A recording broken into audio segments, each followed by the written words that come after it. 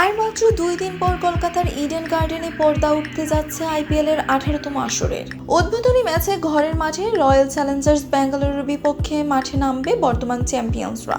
আর এই ম্যাচের আগে হবে উদ্বোধনী অনুষ্ঠান, যেখানে অংশগ্রহণ করবেন বলিউড বাদশা শাহরুখ খান এবং বিগ বস খ্যাত সালমান খান সহ বেশ কয়েকজন তারকা। শাহরুখ খান তার দল ক্যাকার সমর্থনে উপস্থিত থাকবেন, অন্যদিকে সালমান খান তার সিনেমা সিকান্দার প্রচারণা করতে আসছেন। এই সন্ধ্যাটি অত্যন্ত বিশেষ হতে যাচ্ছে।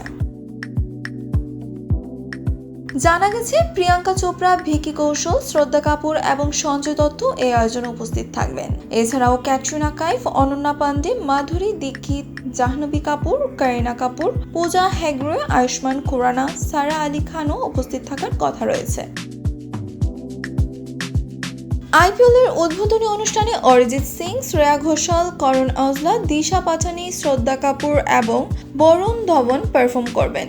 ওয়ান রিপাবলিক ব্যান্ডটিকে করণ অজলা এবং দিশা পাটানির সাথে পারফর্ম করতে দেখা যাবে। এই উদ্বোধনী অনুষ্ঠানে অনেক বড় বড় খেলোয়াড়ও উপস্থিত থাকবেন।